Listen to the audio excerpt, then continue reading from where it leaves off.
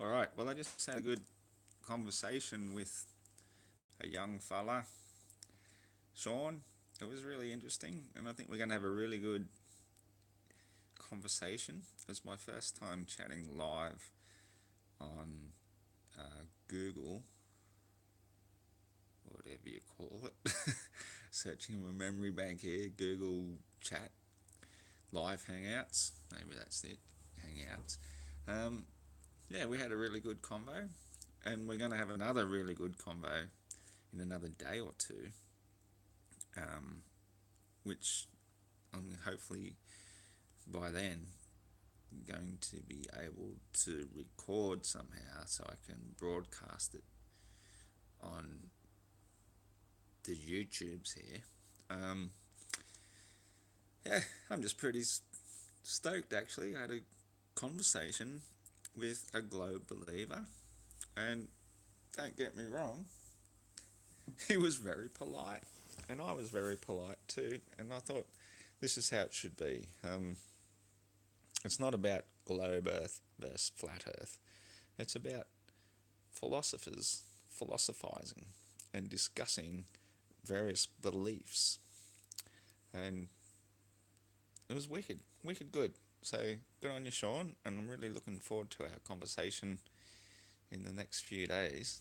Um, Hopefully tomorrow. Hopefully, if not tomorrow, then Thursday.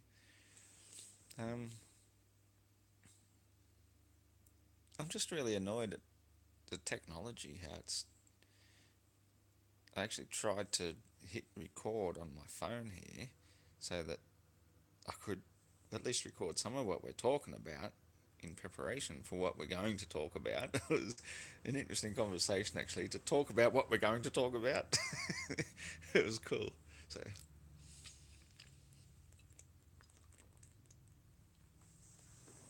it's all good, man. And I'm just letting people know in advance that we're going to do another live hangout. Maybe tomorrow. It just depends. Otherwise, it will be Thursday or maybe Friday. So it's interesting because two people of opposing beliefs. And this is the thing we didn't really enter into. So I'm just going to touch upon it briefly. Is that, I understand to have an opinion on something generally stems from a belief. And when it comes down to it, I don't really believe anything. I believe our best guess is probably far from the actual truth of anything. This is, I guess, in philosophy, we have to sometimes take a side and what's it called?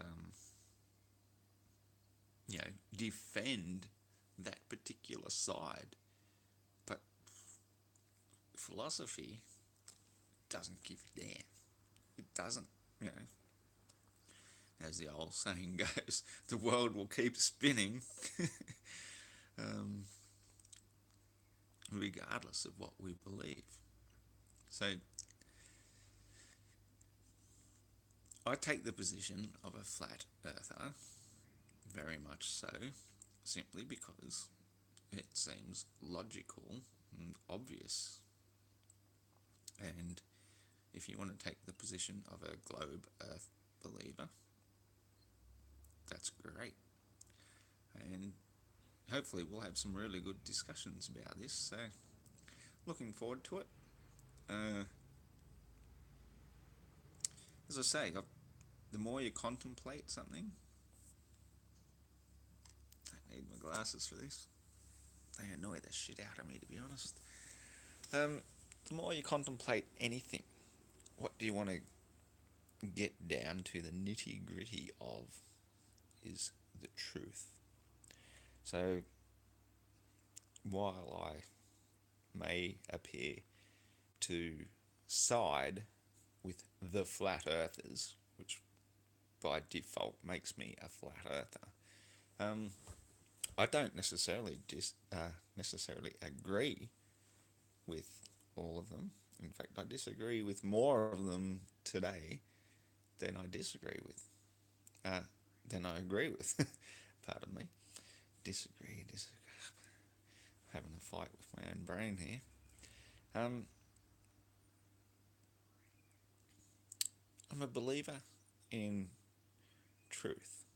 Now, what truth is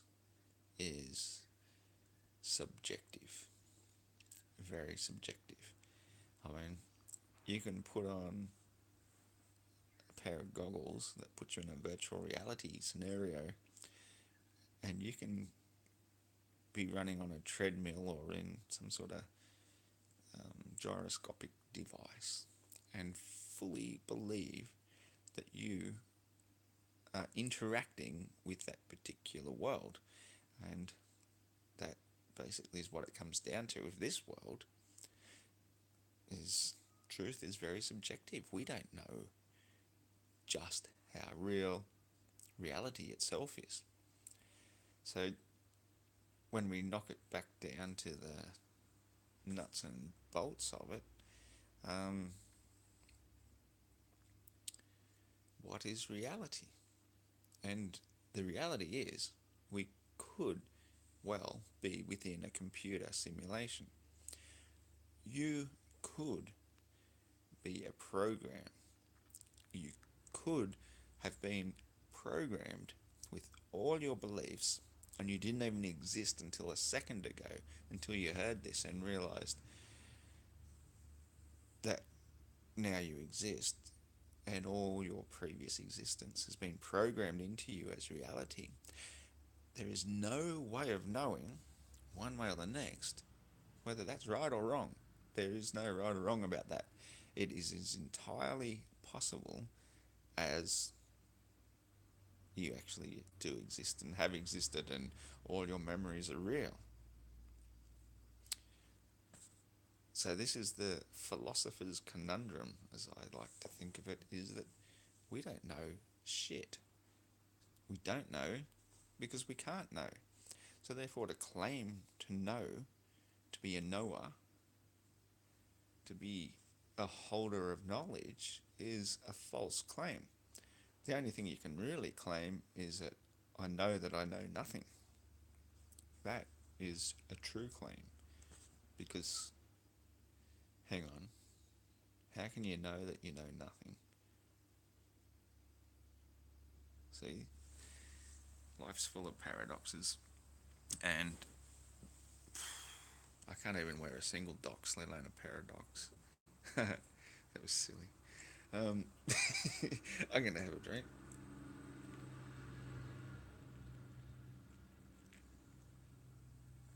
Oh, that's good.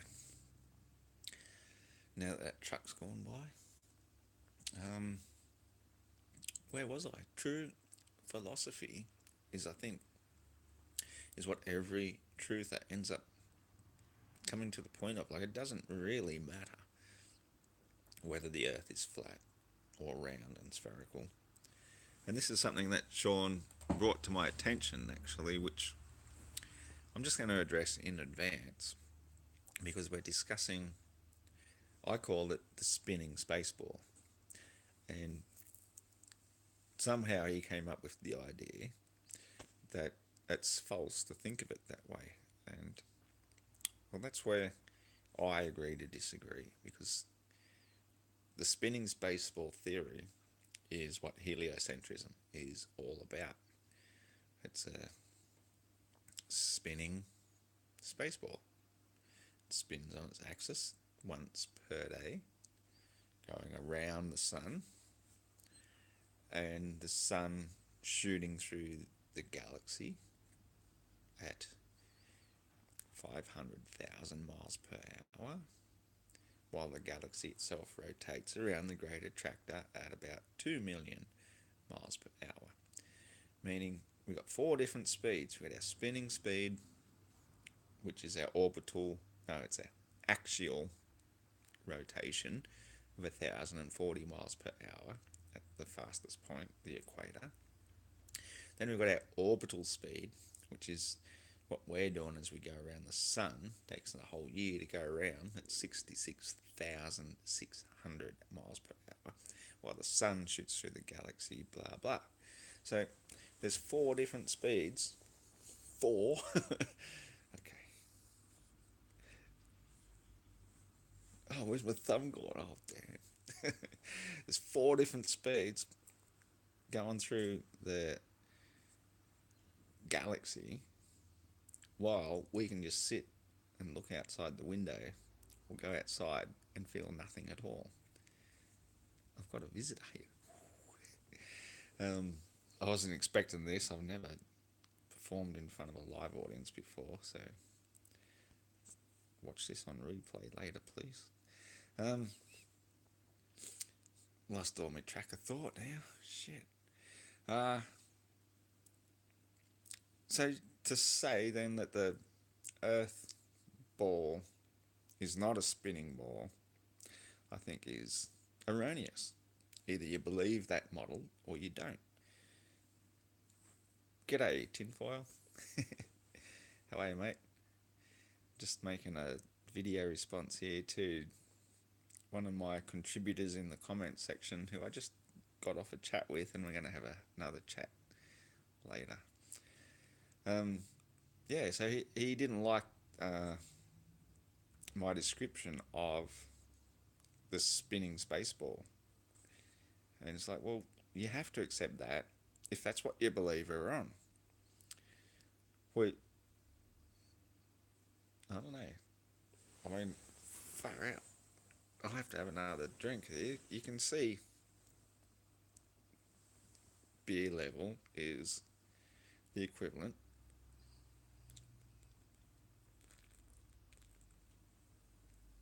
of water level. It's the same wherever you go. It doesn't matter how far out the level goes. To be on a ball, it has to be curving, which means it's dropping away. And so I think it's a very fair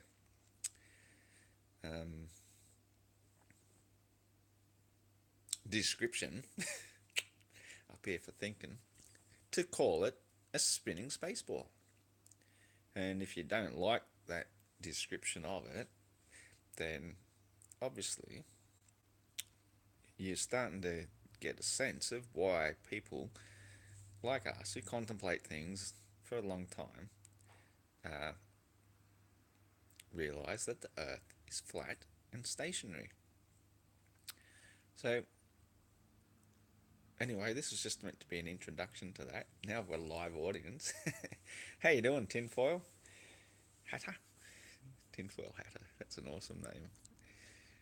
I was thinking of using something like that myself if I was going to use a artificial YouTube name.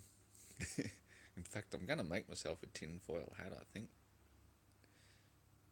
I've done that once before. I made it one of those pirate hats shapes, because I think the pyramid type shape hat is more fitting for a tinfoil hat wearer, but maybe a wizard's hat with stars and moons and shit on it, and I'll put the foil on the inside so nobody knows. Maybe that would be called a dunce hat. Anyway, I'm just really excited because I've contacted another human being. I'm befuddled as to what Trump could be talking about when he said there's going to be a space force as another whole branch of the US military. We'll be lucky to still have a country. Mate, I agree with that 100%. You know what? I reckon Trump is a smart man. I really do. I think he's multiple steps ahead of us plebs down here on Earth level. I think he was privy to a certain technology that allowed him to travel through time. Now that's a tricky one too, because watch the time travel movies to realize that it's already happened. Um, but what he's doing is he's exposing the fact that we cannot go to space. And so by publicly declaring that the Space Force must exist, that means he's going to have a whole military branch coming along and acknowledging the fact we can't go to space. Damn it, you've blown our cover wide open. So he's actually really clever. He's basically saying we demand a Space Force, and when you don't give it to us, you've basically debunked yourself. And we all know that NASA, everything of NASA is a deception. They didn't just lie about one thing, they lie about everything. So when it comes to Space Force, bam, it blows it wide open. It's like, which one of these military recruits is going to come forward and show on their helmet cam or something, this is how we go to space? It ain't going to happen.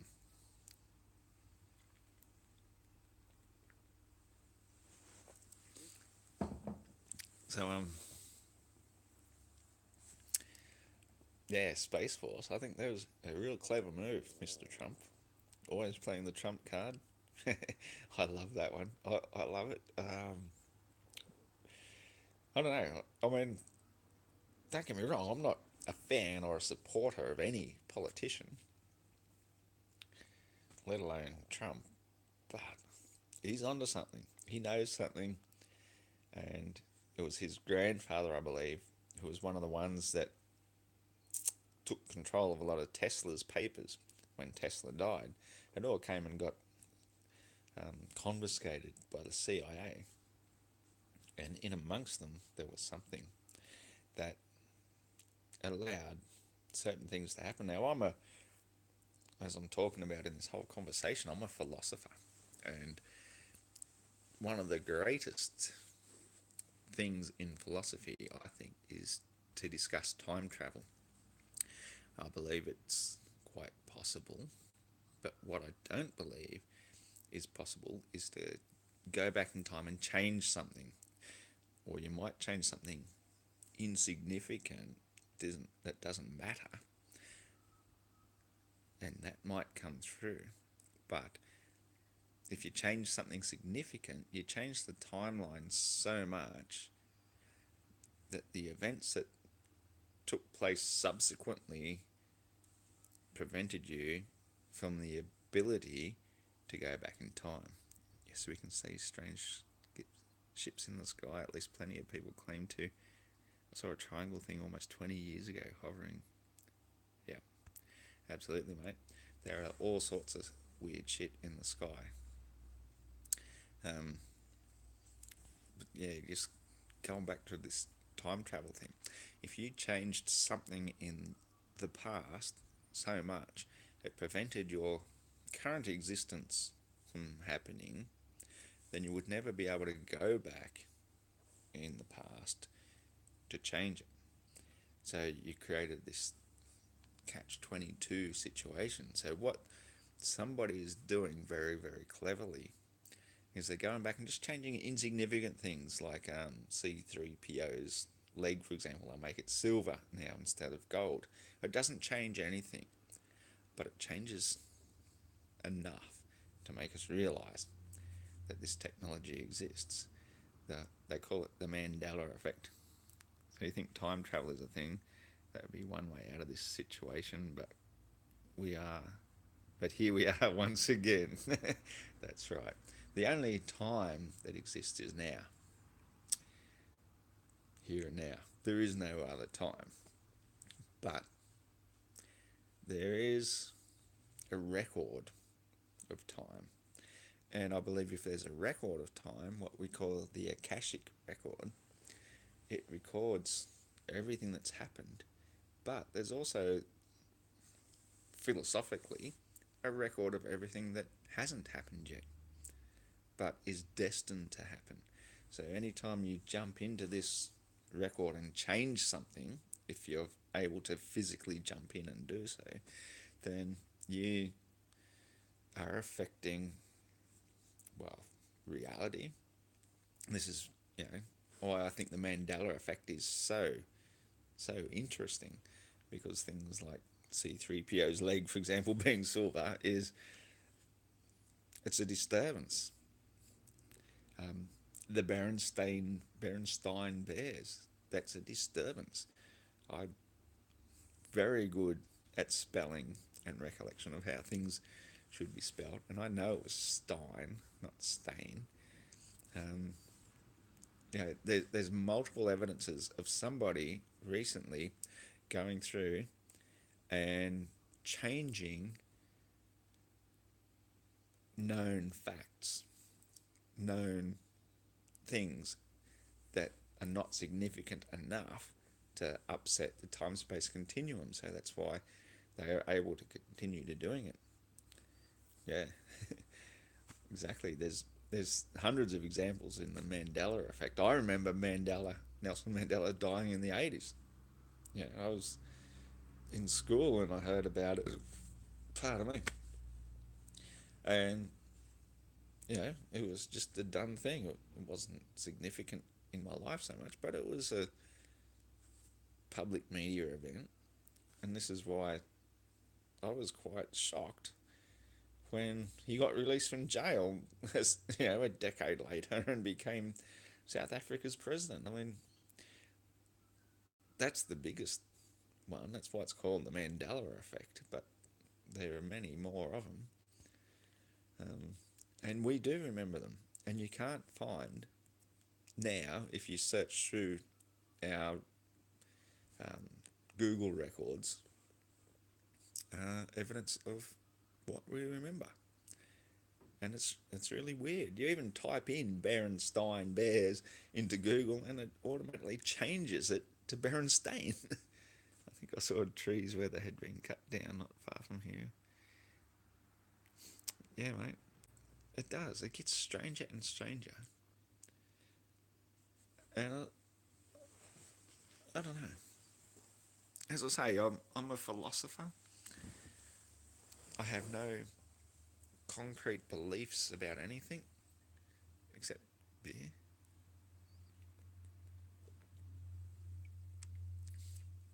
Berenstain beer, mind you. Berenstain. I don't know.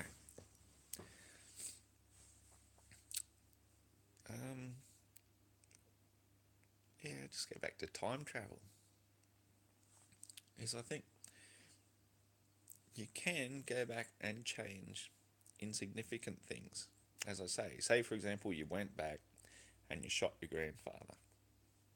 What happens as a result of that is you were never born. So therefore, if you were never born, you were never able to go back in time to shoot your grandfather. So therefore, your grandfather never got shot by you. This is um,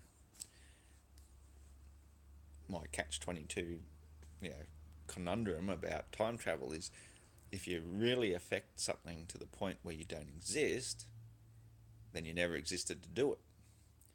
And if you never existed to do it, therefore you didn't do it, and therefore you did exist to be able to contemplate doing it. But all you're really doing is maybe setting off a whole new timeline where in one the grandfather exists, in one he doesn't. And if the one and he doesn't, well, therefore you never existed. So you couldn't go back and kill him. So this is why I think whoever's got the secrets to all this time travel stuff is only affecting minor things, but enough to be noticed. Like, we're noticing stuff like this now. We can't well, you can't deny, if you've got half a brain in your head, you can't deny that it was spelt Berenstain. Oh yeah, Trump knows something about it if it's real. I mean, I like watching some of the older interviews of Trump, to be honest, where he was asked why doesn't he become president, and he's he sort of couldn't see a good reason to. Um, he was too busy being successful at what he does. He's a very clever man, very rich. So one thing I would do if I could time travel is I might just go back in time enough to say, for example, see last week's lotto winning numbers, come back to today, buy a ticket. Oh, hang on, next week's, and you know, there's no way you could fail if you understand the principles of not upsetting the past, but just going back and glimpsing. And so this is what I think time travel is about: is you go back more or less like a ghost. Um, you can't physically move or alter something that's already happened, but you can certainly observe it. Now, if you can travel into the future, that's a different thing altogether. I'm not so sure about that one. If you could, as I say, you'd find what horse is going to win the race tomorrow. What are the winning lotto's numbers going to be?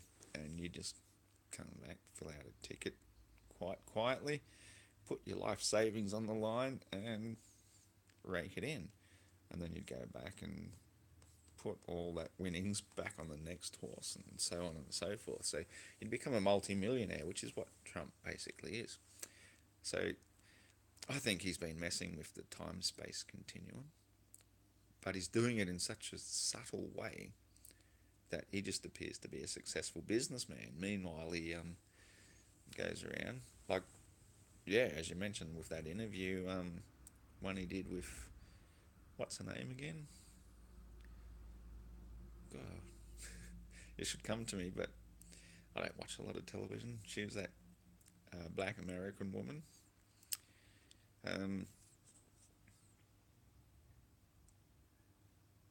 no, got nothing. Anyway, Charlie Rose. Not sure about that one. Oh, fuck. You know how it is when something's on your tongue? Anyway, she's like the most famous TV personality ever. Interviewed him about why he doesn't become president, and he gave really good answers, really good, intelligent answers. And yet, Oprah, thank you. Oprah. Um, yeah, his answers are just spot on as to why he wouldn't be president, and yet here he is today, president. Something, something bizarre went on. Um, I think he knew. He knew in advance. I mean, you look at a lot of the things in The Simpsons, for example, a lot of predictive programming, and there's more to that than meets the eye as well. I think that's um, I don't know. I don't know, but I don't particularly think it's predictive programming.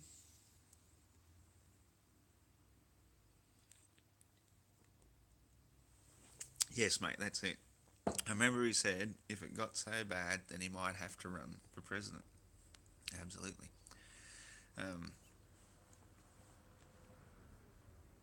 he knew what was going to come,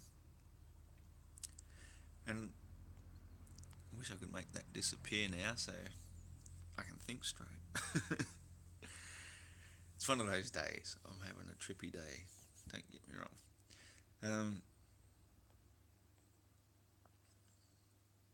It's not so much that things have gotten bad.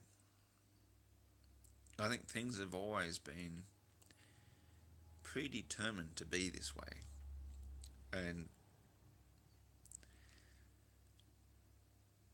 maybe it could have gone down a different timeline, but the fact that it didn't meant that this one is predetermined in a way.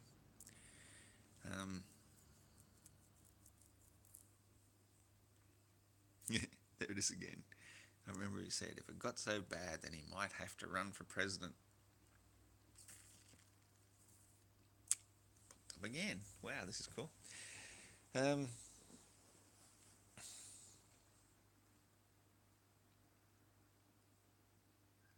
he knew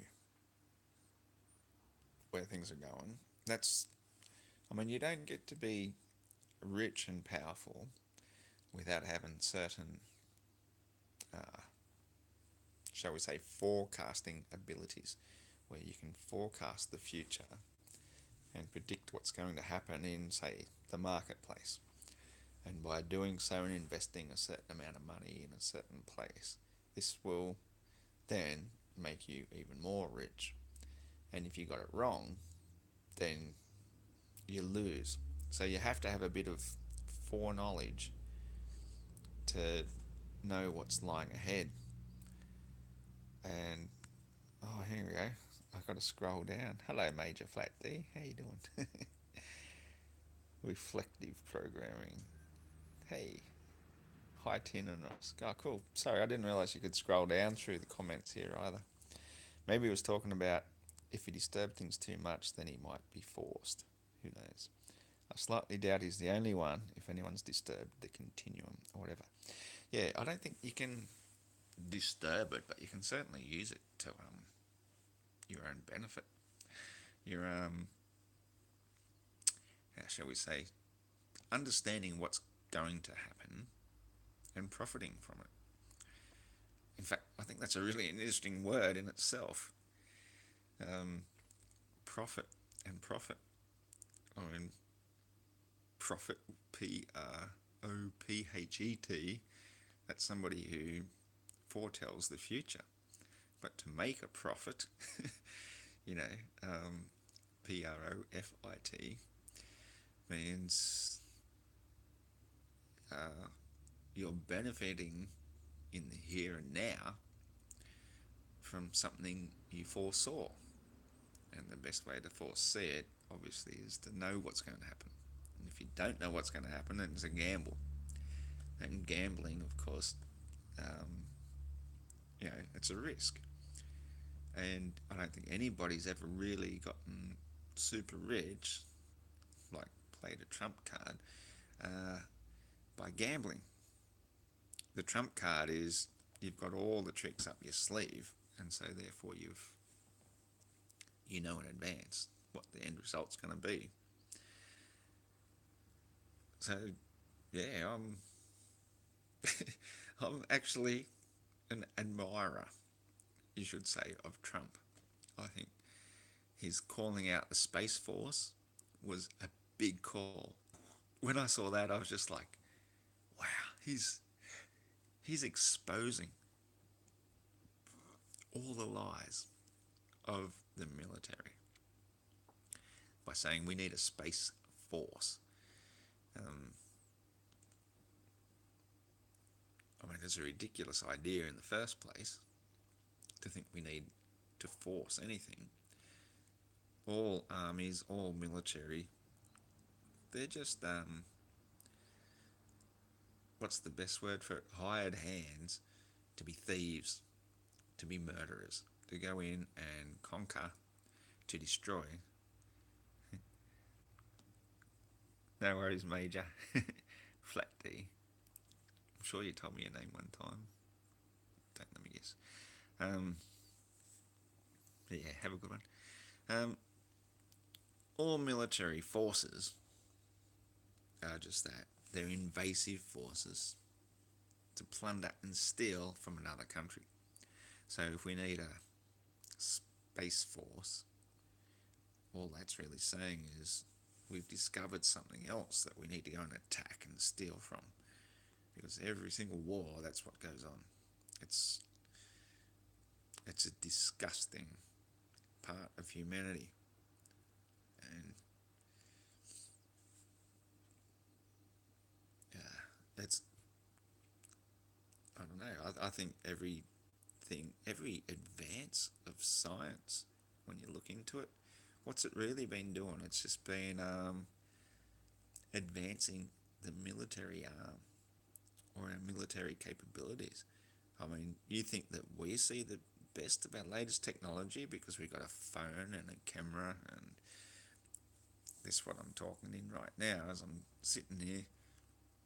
You think this isn't a listening, spying device, a tracking device, possibly technology that's been inside a heap of our other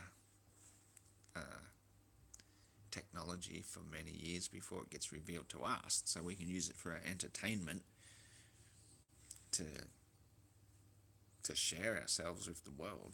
You know, I think this goes back to the whole Truman Show. Reality is that each and every one of us are a Truman.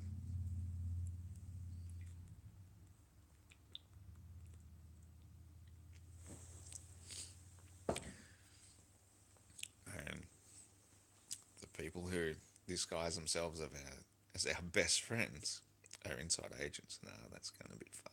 I'm not that much of a conspiracy theorist, honestly. But the possibility of it is certainly there. Um, Fortunately for me, I don't have friends. So, and if I do, I soon don't. So, it's all good. Anyway, I'm going to have to call this a day. I'm going to have to go to the toilet. So, I'm not going to subject you to that. Take care and see you around.